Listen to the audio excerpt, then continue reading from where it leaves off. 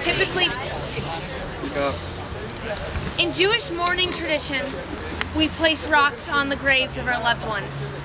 There are a few different reasons for this given throughout history, but my personal favorite is that, unlike flowers, rocks are permanent. They don't fade. They stay there forever as a testament that someone remembers the lost soul. I was on the phone with my mother after visiting Birkenau, and I lamented to her that I felt like there were not enough rocks in Poland to express the depths of my sorrow and the extent of our loss. And that has sort of become a common refrain in my journal at this point. There aren't enough rocks in Poland. And I especially feel that there aren't here. Here are the memories of so many heroes I admire, whose ruach and will to live and strength I seek to emulate. I want to pay tribute, and I feel that I can't. So the Jewish tradition says that we leave rocks to be a permanent testament, and to truly pay tribute to the heroes of the Warsaw Ghetto, we must be the rocks. Our spirit and our vows of never again are the witnesses, the proof, and the reminders that the heroes of the Warsaw Ghetto will not and will never be forgotten. We are the rocks on the graves. When we practice Judaism with pride, when we remember the heroes of the ghetto, when we make never again a reality, we ensure that the souls of the ghetto heroes live on. Never again. For centuries upon centuries, our people have joined together to say never again. Today, we are standing in a place where Jews stood up to the injustice of Shoah, and they said never again. 6 months ago, we lost so many members of our community in the Squirrel Hill Synagogue massacre. As we stood arm in arm at vigils and memorials, we all said never again. Slightly over a week ago, a woman was shot and killed in a temple just outside of San Diego during a Pesach service. We say never again, but it's happening again. The following poem expresses a poet's views about what he tries to do in support of never again. The dead keep piling up, and all I have are poems to wrap them in. Pockmarks across synagogue walls are a new font in a familiar language I refuse to utter. Men have begun again to speak in tongue syntax by phonemes of caliber and clip capacity. Diction I will not assemble into sentences, sounds I cannot make into words. What color, the stripes being woven like old narratives into new camp pajamas? How many stars asterisk prayers into the bluest night? There is no metaphor for what I cannot abide, no pentameter for the sound of earth falling from hands of love into freshly filled grave. My iams are a pair of backwards turned boots on the stirrups of a riderless horse. We measure the inarticulate grammar of fear in the steady metronome of newsfeed updates, punctuate the lulls between carnage with promises and jammed in the wind. Cover my eyes with verses if you must. Bribe the ferryman with curses and dust. The poet's contract is blood-inked, bone stamped, ratified, eternal, at the frontier where hope kisses rest. Pittsburgh, New Zealand, Sri Lanka, San Diego. Although action might seem slow, politicians and community leaders are quick to condemn these acts. It is almost unimaginable that any state leader would stand with the perpetrator of a hate-filled crime of such magnitude. But not only is that what happened here in Europe, the state leaders were the perpetrators. The victims were being murdered by their supposed leaders. Their interests were without representation. Today, Jews have support. Jewish leaders hold positions of power. Acts of anti-Semitism are falling. In some states, Holocaust education is mandated. America is one of Israel's closest allies. The Pittsburgh shooter was quickly charged with 29 counts, with little hesitation. But this support is not absolute. We, the Jewish people, are lucky to be supported by so many people, but we cannot be naive. Here we stand on evidence that our freedom, our right to pray, to love, to laugh, is not an absolute moral shared by humanity. Leaders can change, laws change. While we celebrate our ability to be Jewish, we cannot overlook or discard acts of anti-Semitism as isolated phenomena. We can also not overlook the rise of other hate. We've said the Kaddish a lot this week, but it feels like no matter how many times we recite the prayer, it will never be enough to express the depth of our loss. for the victims of the Shoah and for the victims of hatred and cruelty everywhere. It is difficult to see the hope in a place of such unimaginable despair, violence, and death.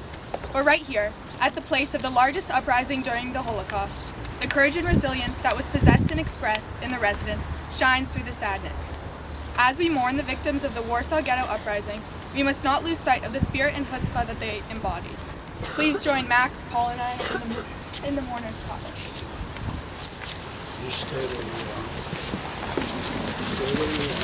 Hayed hol bet Israel, Bagalar bisman karim Elohim. Yesh mei Rabban Mitorach Elohim Omeya. Yitbarach v'yishtabach v'yitpa'ar v'yitronam v'yitnaseh. V'yitatar v'yitaleh v'yitalam shmei kudusha b'refu. Le'elam min kol birchata v'shirata. Tushbechata v'nehmata, lamiram v'le'ah v'imol amen. Yehei shlomo Rabba min Shemaya, v'chaim tovim aleinu v'al kol Yisrael v'imol amen. Oseh shalom imrama, hu yaseh shalom, aleinu v'al kol Yisrael v'imol amen. Prevent the Shoah from repeating itself. This question immediates me because it is so important and the consequences of failing to do so are horrific. A wise person, Kaf Ian, once told me that the most important thing one can do to prevent another Shoah is act with love. Framing my responsibility in that light made it seem more manageable and a lot less scary.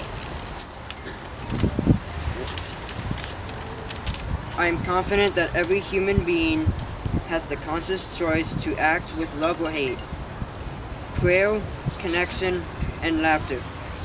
These are things we could tap into when we can act with love. Honestly, the possibilities are endless in how you can do your part in making sure history doesn't repeat itself. Here are some issues that we will stand up for to make sure never again becomes a reality.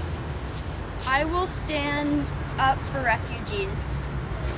I will stand up for net neutrality. What will you stand up for?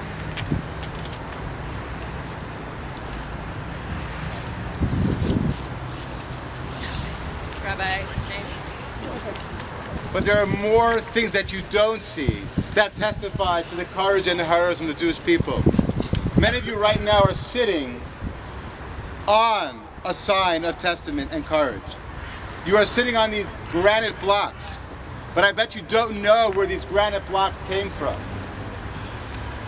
During the war, Hitler was sure of his victory. He was confident that ultimately all the Jews would disappear. And ultimately the world would be his. And he had fashioned, quarried for him, huge granite blocks. And they were stored in Denmark or Norway. They were going to be built in this huge monument to testify to Hitler's glorious victory. It is those same monuments, those same blocks, that after the war, when they constructed this memorial, they took those blocks that were reserved for Hitler's victory monument, and they are still the victory monument, just not to Hitler. They are our victory monument.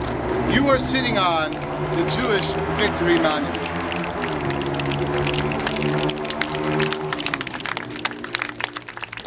But that's not all. After the war, this was just rubble. And there was so much rubble they couldn't clear it away. So they wanted to put the bricks on top of it, but the ground was uneven.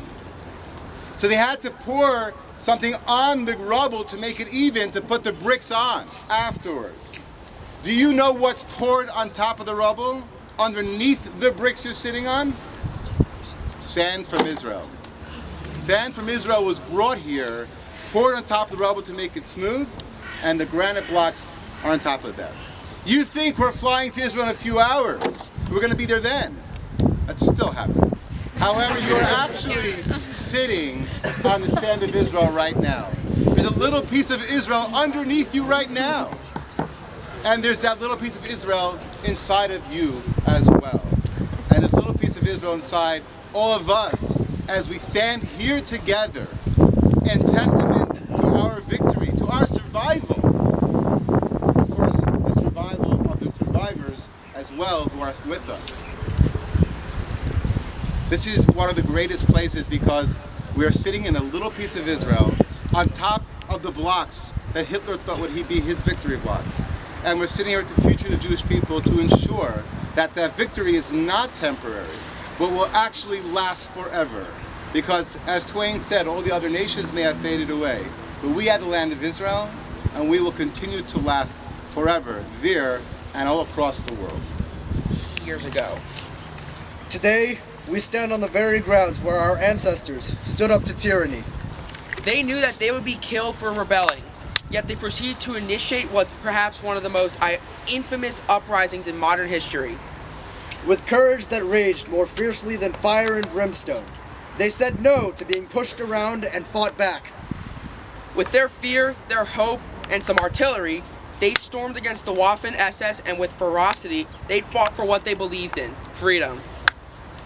Although we do not have any artillery on hand, we do have each other. As some of you may know, Gaza and Israel have been conflicting once more. This only furthers our greatest fear that anti-Semitism still rages on in this world with hatred. Yet, we have each other. We have our faith, we have our hope.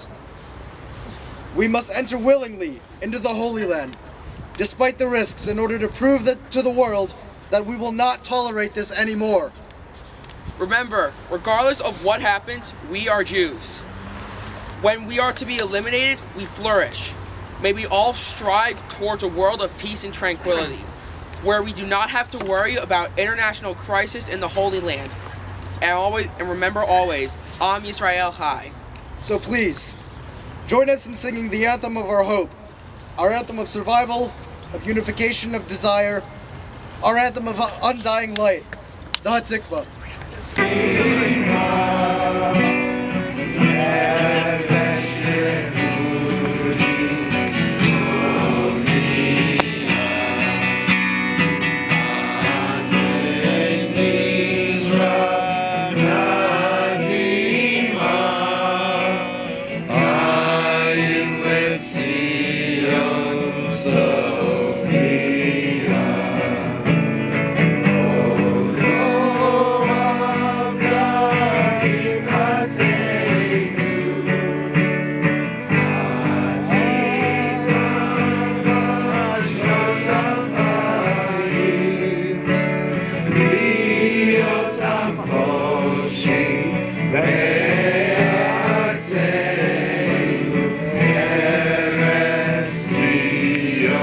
Yerushalayim.